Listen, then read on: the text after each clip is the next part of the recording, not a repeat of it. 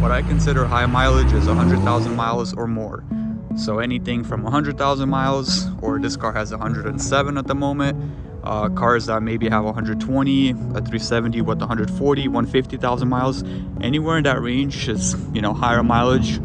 Let's just get this out of the way really fast. A higher mileage car that was well taken care of is a lot more better than a lower mile car that barely got its oil changes done on time because somebody was lazy to do it. You're probably going to be paying under $10,000, maybe around 12 if someone did the work you need to do on these cars to make them reliable. Here's the dusty but very healthy 370Z motor. Yeah, 332 horsepower, 3.7 V6. All right, that's about right.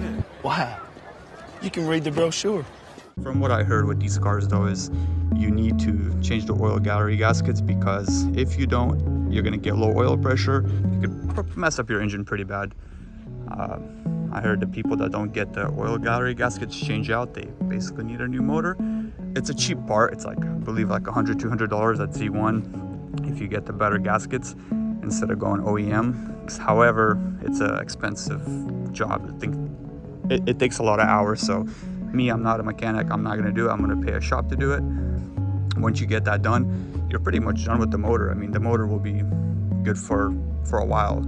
Personally, I will do the water pump, the oil gallery gaskets, and we'll just keep running her and see how she is. We check the oil every 1,000 miles. Speaking of oil, the oil cooler kit is pretty important on this car. These cars tend to run pretty hot when it comes to the oil, and if you run the car over 220 degrees, you have a chance of hurting your engine. And you know, I think the hotter the oil gets, the less lubricated the engine is, therefore causing possible internal damage. It's not something you have to do. You could just do the more essential stuff first, like the gallery gaskets and the CSC delete kit. That way you don't stall out and just not drive the car as hard. The CSC, I believe it's called the clutch slave cylinder. Obviously I'm not a mechanic, but it's in your transmission. There's something in the transmission basically, and I think what's in the yeah, let's learn how to talk first. But in the transmission of this car, that's where the slave cylinder is, and I believe it just gets too hot and your clutch pedal gets sticky. So at a certain point, if you don't get that taken care of, you're gonna clutch in, let go of the clutch, but the clutch will still be on the ground and you will need a tow, or unless you know how to flow gears. I don't want that to happen to me, so I will be ordering that from Z1 as well. I believe it's like $600-700, somewhere in that price range. Also, the labor is pretty intensive. If you're not a mechanic, good luck. You're probably not going to be able to do it. Plus, you think you remove the whole transmission from the bottom of the car and you basically eliminate, I think, oh, that's what it is. It's a clutch slave cylinder elimination kit. And yeah, you basically get the slave cylinder out of the transmission and you put it on the outside. That way in the future, if it ever goes out, it's much easier to replace as well, so you don't have to drop the tranny. Okay, you know what I meant. Like, I'm already, when I drive it, when I push on the car a bit hard, my clutch pedal gets sticky and I can feel that this, you know, I need that elimination kit ASAP. Now, something that's interesting with this car is I can show you guys a clip of it happening right now.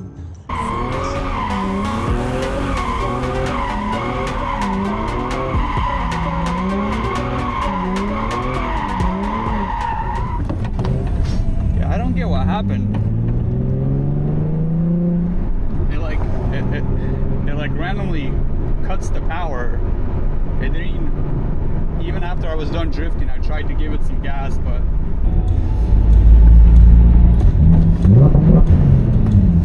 it hasn't happened when it's raining, and I like to drift the car in the rain personally. But if I ever want to drift the car when it's dry and I try to push on it or do some donuts or even a burnout, it like just cuts the power. But it hasn't happened since, so I'm not sure if it's like a throttle response, something with the throttle body, or the fuel pump itself, or the fuel system. However, it hasn't happened since, so I will keep you guys updated if anything else happens, but I will look into that. Apparently, some people are saying that the car goes into limp mode, something with the ECU. You just reset it, but there's not really something that you have to do to like prevent it. I guess it happens, and you either shut the car off and let it relax or sit.